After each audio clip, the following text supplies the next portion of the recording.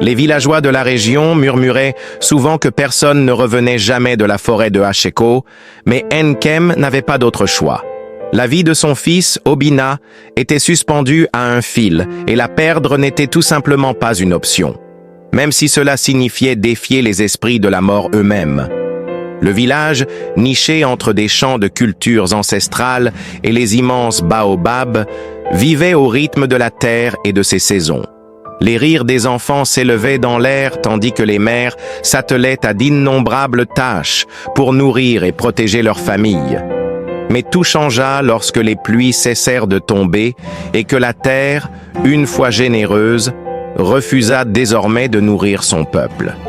La famine s'installa progressivement, recouvrant chaque visage de cette communauté d'une ombre de peur et de désespoir. Parmi les plus affectés se trouvait Nkem, une mère dont l'amour pour son fils Obina surpassait tout.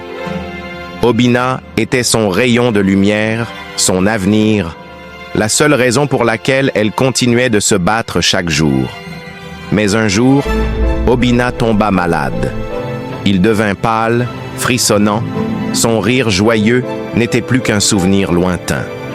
Malgré les prières des guérisseurs et les sacrifices aux dieux, rien ne semblait apaiser sa fièvre qui le consumait de jour en jour. Les remèdes ancestraux n'avaient échoué que là où la volonté de la mère se déployait. Les anciens du village, silencieux et pleins de sagesse, se rassemblèrent autour d'Nkem pour lui rappeler l'inévitable. La forêt de Rko était interdite aux vivants. Elle appartenait à Onwo, l'esprit de la mort, et quiconque osait y pénétrer ne revenait jamais. Pourtant, Nkem savait au fond d'elle-même que si elle ne faisait rien, elle perdrait son unique raison d'exister. La nuit, alors que les vents soufflaient fort et que la lune paraissait brillante et froide, Nkem prit une décision.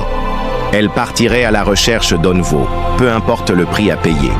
Prenant son courage à deux mains, elle s'empara de sa calebasse d'eau et de son sac de perles de verre, les offrandes traditionnelles pour apaiser les esprits.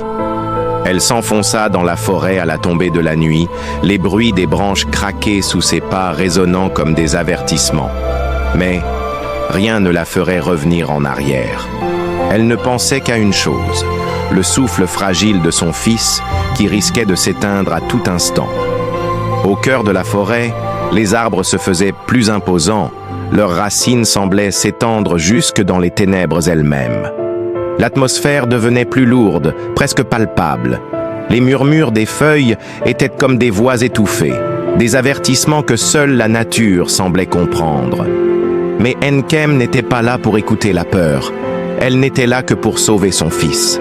C'est là, au pied d'un arbre gigantesque dont les racines serpentaient comme des bras tendus vers l'infini, qu'Nkem rencontra Onwo, la figure de la mort. Il était imposant, ténébreux, mais l'intensité de ses yeux était ce qui capturait le plus l'attention d'Nkem. Ses yeux semblaient refléter l'éternité elle-même, son regard insondable. Sa voix tonna dans l'air, aussi grave que le tonnerre. « Que cherches-tu, femme mortelle ?» demanda-t-il, bien qu'il semblait déjà savoir la réponse. Nkem, d'un souffle à peine audible mais ferme, répondit « Je viens sauver mon fils. Je suis prête à donner ce qu'il faut. » L'esprit de la mort l'observa longuement, semblant peser ses mots, avant de répliquer d'une voix profonde et solennelle « Tout ce que la mort prend doit être rendu », dit-il, son regard froid perçant le cœur de la mère. « Sais-tu ce que cela implique ?» Nkem ne fléchit pas.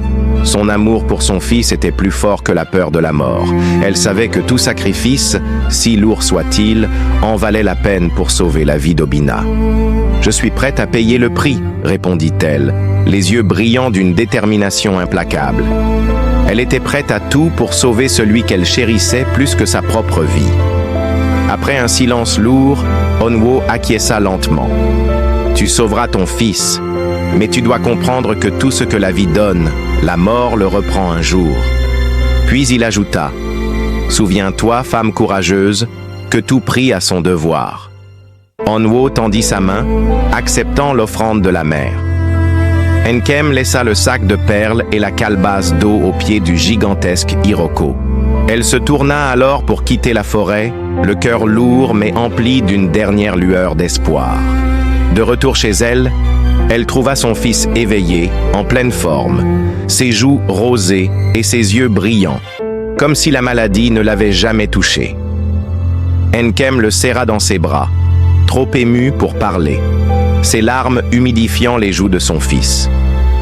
Mais un doute s'insinuait en elle.